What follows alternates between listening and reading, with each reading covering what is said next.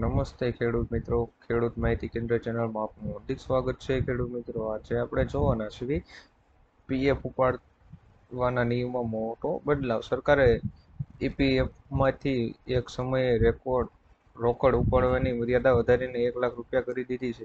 અગાઉ આ મર્યાદા 50,000ની હતી. આ સિવાય તમે નોકરીમાં જોડાયાના પહેલા 6 મહિનામાં તમારા પીએફમાંથી પૈસા પણ ઉપાડી શકો છો.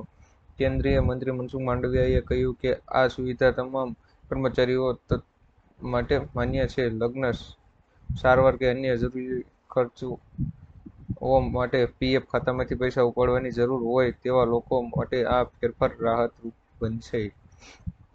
રાજ્ય સરકારનો ખેડૂતોના હિતમાં મોટો નિર્ણય. ખેડૂત ખરાઈની ચકાસણી માટે 1995થી જ મહેસૂલી રેકોર્ડને લેવાશે ધ્યાને.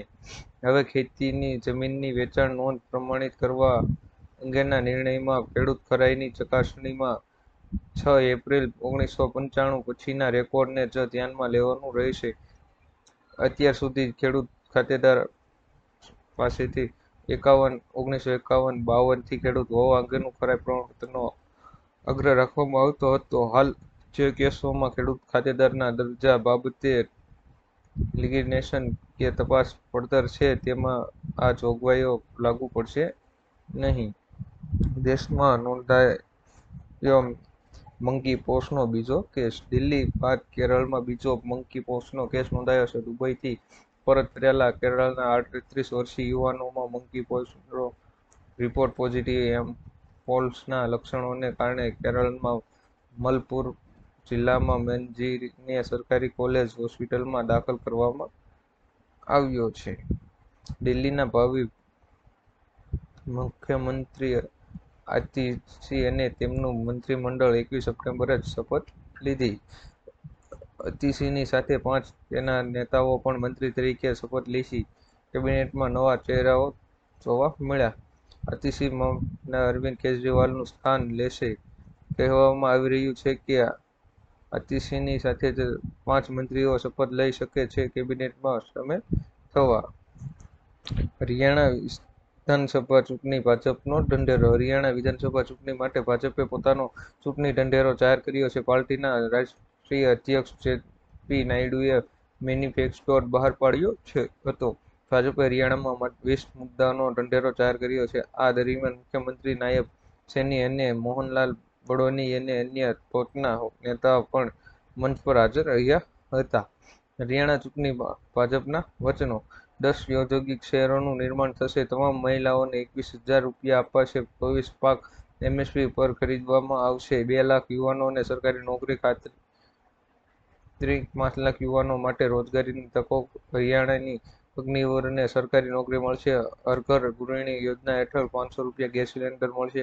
ગ્રામીણ વિદ્યાર્થીઓને સ્કૂટર અપાશે. ઓબીસી કેટેગરીના સાહસિકોને 25 લાખ સુધીની લોન મળશે. શહેરી અને ગ્રામીણ વિસ્તારમાં 5 લાખ મકાનો બનાવવામાં આવશે. જમ્મુ કાશ્મીર વિધાનસભાની ચૂંટણીના પ્રથમ તબક્કામાં 59% મતદાન નોંધાયું.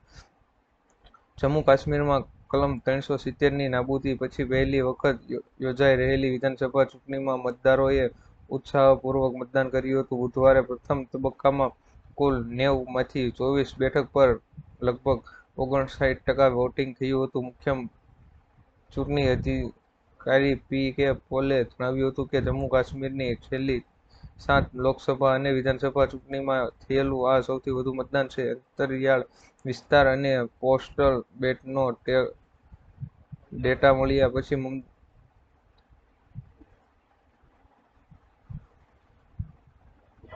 મતદારોના આંકડા વધવાની શક્યતા છે. મતદાન સવારે 7 વાગ્યે શરૂ થયું હતું. મહિલા અને પુરુષ, યુવા અને વૃદ્ધ બધાએ લાઇનોમાં ઊભા રહી શાંતિથી મતદાનનો ઉપયોગ કર્યો હતો.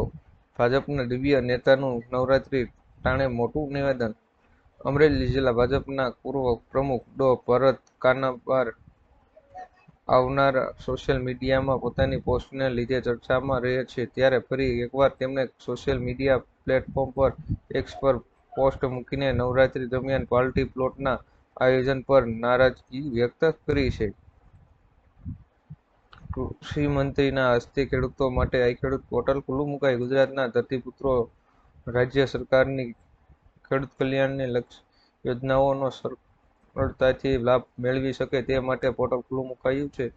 ખેડૂતો સરળતાથી અરજી કરી શકે, યોજનાના લાભ મેળવી શકે તે માટે આઈ ખેડૂત પોર્ટલ કાર્યરત કરવામાં આવ્યું છે. વર્ષ 2024-25માં ખેડૂતોને આવી વિવિધ કલ્યાણકારી યોજનાનો લાભ મેળવવા અરજી કરી શકે તે માટે ખેતી નિયામકની કચેરી ગાંધીનગર દ્વારા જિલ્લાવાર 7 દિવસ માટે આઈ ખેડૂત પોર્ટલ ખુલ્લું મૂકવામાં આવ્યું છે. તેમજ ખેતી નિયામકની અખબાર યાદીમાં પણ જણાવવામાં આવ્યું હતું. કૃષિ મંત્રીના હસ્તે યાદીમાં વધુ જણાવવામાં આવ્યું હતું કે ખેડૂતો માટેની એક ઓજાર એગ્રો સર્વિસ પ્રાઇવેટ લિમિટેડની farmer machinery bank, milk processing unit, તાડપત્રી પાક સંરક્ષણ સાધનો, પાવર સંચાલિત pump set, solar power unit, water carrying pipeline અને right of self watering multiple plant જેવી યોજનાઓ આઈ ખેડૂત પોર્ટલ પર તબક્કાવાર ખુલ્લું મૂકવામાં આવ્યું છે. ખેડૂત મિત્રો, અવનવા વિડીયો જોવા માટે અમારી ચેનલ ખેડૂત માહિતી કેન્દ્ર ચેનલને સબસ્ક્રાઇબ કરો, શેર કરો અને લાઇક કરો કે આપ સુધી મારા અવનવા વિડીયો પહોંચતા રહે.